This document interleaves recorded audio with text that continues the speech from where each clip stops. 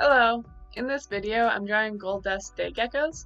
I'm drawing these some references that I got to take from my recent trip to Hawaii. I went with my sister and my brother-in-law, and during breakfast, these cute little geckos came out to join us on our first day on the Big Island. Sadly, they are invasive to Hawaii, but I'll come back to that later. So thanks for joining me. I'm Lily from Lil Nature Art, and we'll get started. For these sketches, I'm exploring a new colored pencil set. My mom just gave me these for the holidays, and I'm excited to see how they work. I just kind of wanted to get a feel for these. I had this kind of scrap page from when I was drawing some pets for commissions for testing colors, so it seemed like a good sheet to use this for. With the swatches, I had tested like kind of light pressure and heavier pressure, and numbered them, and then just a couple other doodles. It was a really nice warm-up. I started off doing the Roy G. Biv colors, and I laid them each down pretty lightly so that way I could blend them together, and then finished the gradient with burnishing with like the extra hard pressure. I tried kind of with 1/2 with white over it to see if that would help blend it over. So I was using Koh-I-Noor Hardtmuth colored pencils. I'm not entirely sure if I said that correctly. As I go through these 3 gecko sketches, they're all going to follow the same kind of path. I start out with just doing the outline, taking some eyeball measurements and kind of reworking that, and then putting down the layers and then adding details. So just to kind of give you a heads up on that, and then I'll just be talking in the background for a while, and then we'll see how it goes. Throughout this whole kind of experiment with these pencils, I didn't really super notice that the white did a whole lot compared to like my Prismacolor white. It seems like the Prismacolor white really blends things together more, or also helps protect areas for highlights if you put it down first. But from what I can tell, doing a little bit of research online, they're kind of maybe middle ground for hardness, level, and price range. My mom found these around Christmas time for me on Facebook Marketplace. I was super excited too because they came in the cool travel kit with like the roll-up bag. So I picked them up, and I really quickly, just kind of took a couple out of the sleeve to try to see how well it would blend. And I remember being a little sad that it didn't really seem like they were super soft, because I was hoping they would be similar to the Prismacolors that I've just really been enjoying having them, that they blend so easily. But then I was a little sad because it didn't really they seemed harder lead, but maybe it might have been the paper I was using. I think I just did it on like printer paper. So going into this sketchbook session, I was, I had my expectations kind of lower, but as I was doing these exercises, I was really happy with how well they were blending and how much I could do with them. So for example, so far in this gecko, I've been applying pretty light pressure to get the different layering and kind of to mix the colors of like the yellowish green. But as I start adding some of these finer details and putting more pressure with the pencils, I was still able to put a couple layers of that harder pressure on here, and so that was really cool to see. And so here I was kind of trying to look at how I wanted to give like the hint of reptile skin texture without having to put in all of the scales. And so I kind of tried to find where in the reference it seemed like that texture was most prominent, and it seemed like right behind the front right leg. So I put some of the little circles in there and with a couple of the different colors, and called that good for a while. Otherwise, just adding some more shadows in, and then also cross-hatching a few places to keep, like I said, just that hint of the texture. And there's really a lot of colors in these geckos, so besides the really vibrant green and yellow too, there's the lighter blue and purple in the feet, and there's also a lot of that continuing up the legs and by the nose. And one part of this guy that I spent a little bit of time trying to get is he really has like a little shadow pouch behind his rear leg, so it wasn't what I would have like intuited a gecko body shape to be, how it kind of tuckers at the end right before the tail. So I wanted to make sure to keep that in with my shadows.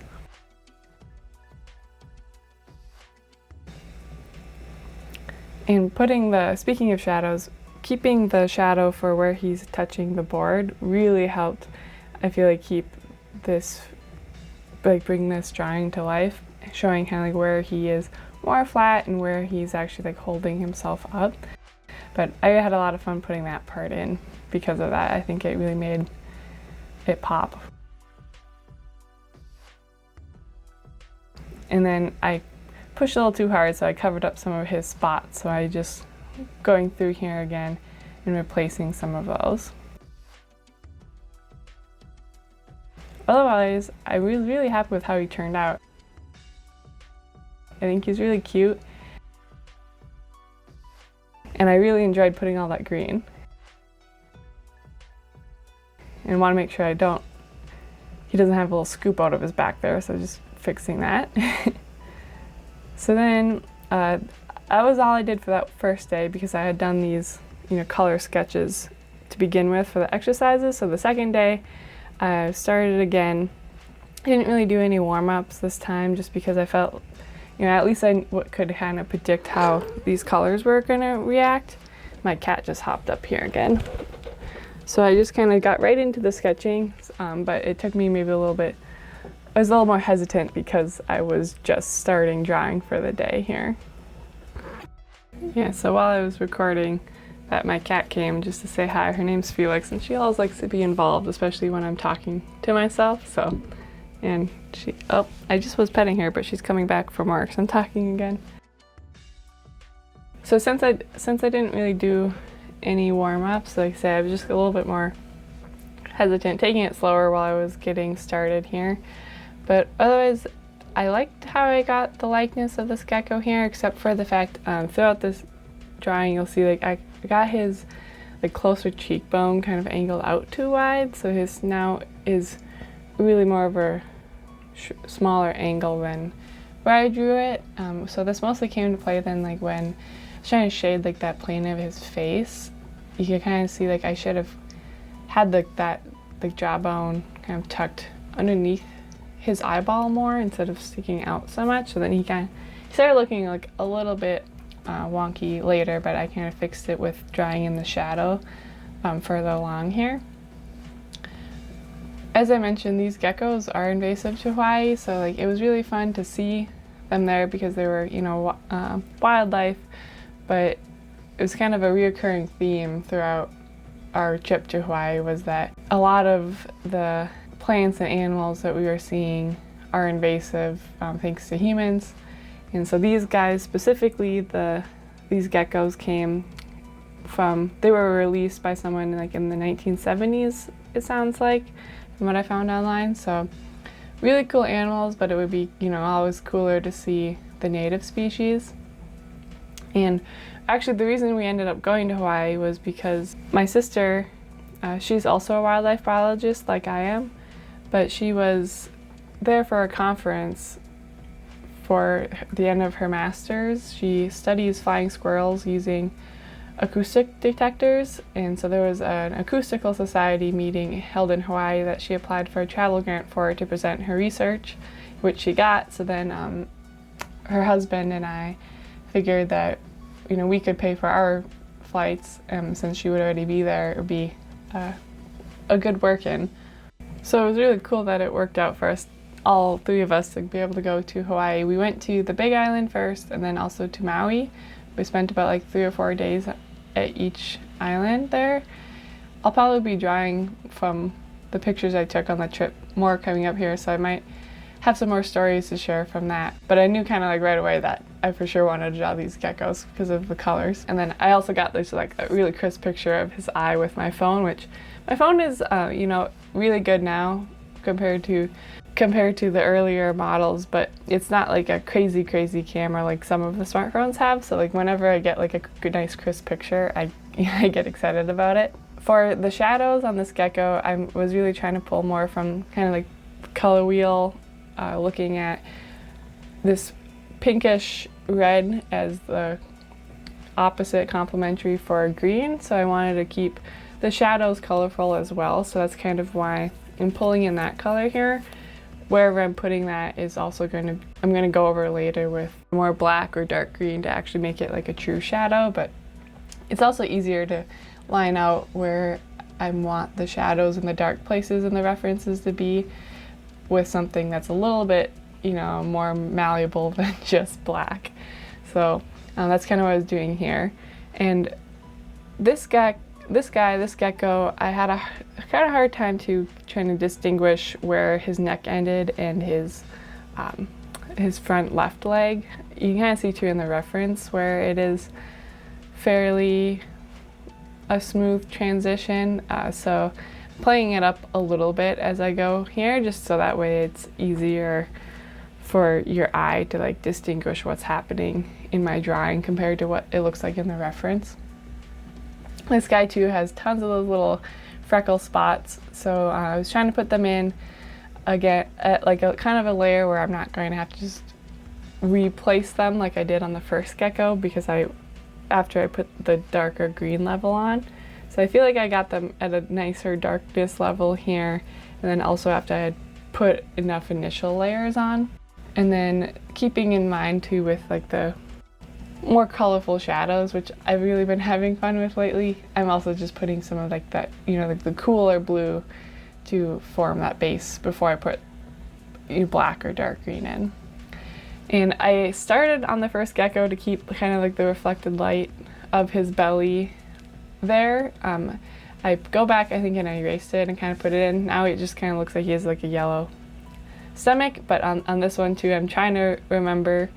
And I think I do well up until I go to put the shadow, and then I was thinking that that light green I left underneath the belly shadow line, I was thinking that that was just maybe like a line I wanted to get erased. So I did kind of eat it up a little bit here, but I remembered enough to keep at least, you can still see the hint of the highlight line there where the light is bouncing back up from the surface. That's not a shadow all the way through. Again here, adding that shadow underneath really helped to define this gecko as well, and especially I think too for like where his head is, showing that he's not just laying flat on the ground, which is kind of what it started to feel like as I was drawing. So that's why I wanted to get some of the shadows in before I got too much further, just to help visualize what was going on better. And this guy, I didn't notice it as much on the first gecko, but here you can definitely see that their head is more just like the solid green. So I darkened that up a little bit, and I had a lot of fun with the really bright orange for his markings too. Just switching a lot of colors, going back and forth to get, you say, like all those little like hints in his legs between the purple and the blue, and then the yellow tail, the bright green. And then also using the pinkish and the purples in the shadow areas to keep his belly defined, and then also like his little like arm creases. I didn't really get his arm creases as distinct as like I kind of initially did when I saw this reference. That seemed like a really an interest part of this reference. It drew my eye to it anyways, because it was the dark behind the head, and he's got some real nice creases there, but I just didn't really spend the time to put the shadows on the right sides of the fold, so just kind of got the hint of them rather than like fleshing them out as much as I had originally planned to. But overall, I got a lot of detail in him, and at the end I just kind of go through and pretty up the edges to kind of help show where his face is delineated with his feet, and again, I was really happy with him as well. They all turned out so cute, and it was a lot of fun to just use such bright, bold colors, because like a lot of, you know, the natural world is more muted and gradual, but these are really fun colors to try out, especially like with a new set. A lot of the colors that normally wouldn't really get used. And then for gecko number 3, this guy, he was a little bit further away too for the reference photo. He was on like the vertical pillar of the cafe porch. And then also after reflecting on the first 2 geckos, I just kind of felt like I had spent a long time kind of hemming and hawing over errors and going over it with a lot of different layers that maybe weren't really necessary for how detailed of drawings I was doing. So for this 3rd gecko too, I just kind of wanted to keep it a little bit more bigger picture, and then also having drawn 2 other ones, I at least felt like I kind of, you know, was a little bit more familiar with just the animal itself and what features I wanted to highlight. So I go a little bit looser in this one, and I'm still really happy with how it turned out, which I think is more like what I was going for with the other 2. And by now as well, I kind of at least was able to see big enough picture-wise that I'm not putting in all of the reptile skin, but just enough to like still see what they look like. And especially for him, since he's not necessarily like standing up higher, but like just because of the way the light is coming down, his shadow is just so much bigger. I put it in really early here just so I could see, you know, better match up my progress with the reference photo. And I also used the shadow then to see if I could tuck his stomach in a little bit where I had made it a little too wide. As I was working on him, this guy reminded me a lot more of like a crocodile alligator. Something about like the way I made his snout felt a lot like that. He's missing probably, you know, like, I don't know, like a finger width of his neck length. While I was watching this back, I was like, oh, he definitely could have a little bit longer of a neck, so I don't know if that's what's contributing to the crocodilian look or not. It's some of those things, you know, afterwards you see it and it's like, oh, how didn't I think about that while I was working on it? I kind of remember noticing that at one point while I was drawing, but I already had his like eye in place at the time, and I think I try to fix it a little bit by changing how the shadow of where his leg connects to make it look kind of like his neck is more there than his leg. But, you know, big picture wise, it's not terrible. So like here already, like just kind of jumping ahead to putting in the darker green to begin with instead of putting so many layers just on his body, that really sped up the work on this one. For real-time drawing, each gecko still took about 30 minutes to draw.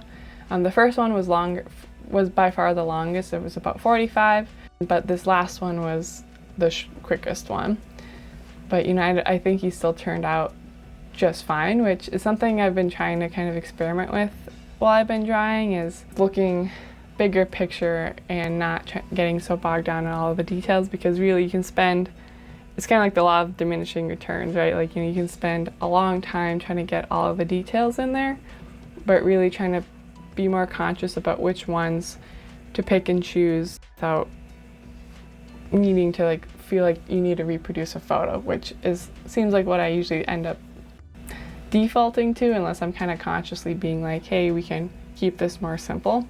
And when I am kind of trying to consciously do that, I do think I have a lot more fun. Otherwise, left to my own devices, I just end up hunched over my sketchbook, and it's almost like I'm doing math homework. I do benefit a little bit from reminding myself to being okay with, maybe giving him a stubby little neck because I didn't take, you know, time to measure out every single one of his body proportions.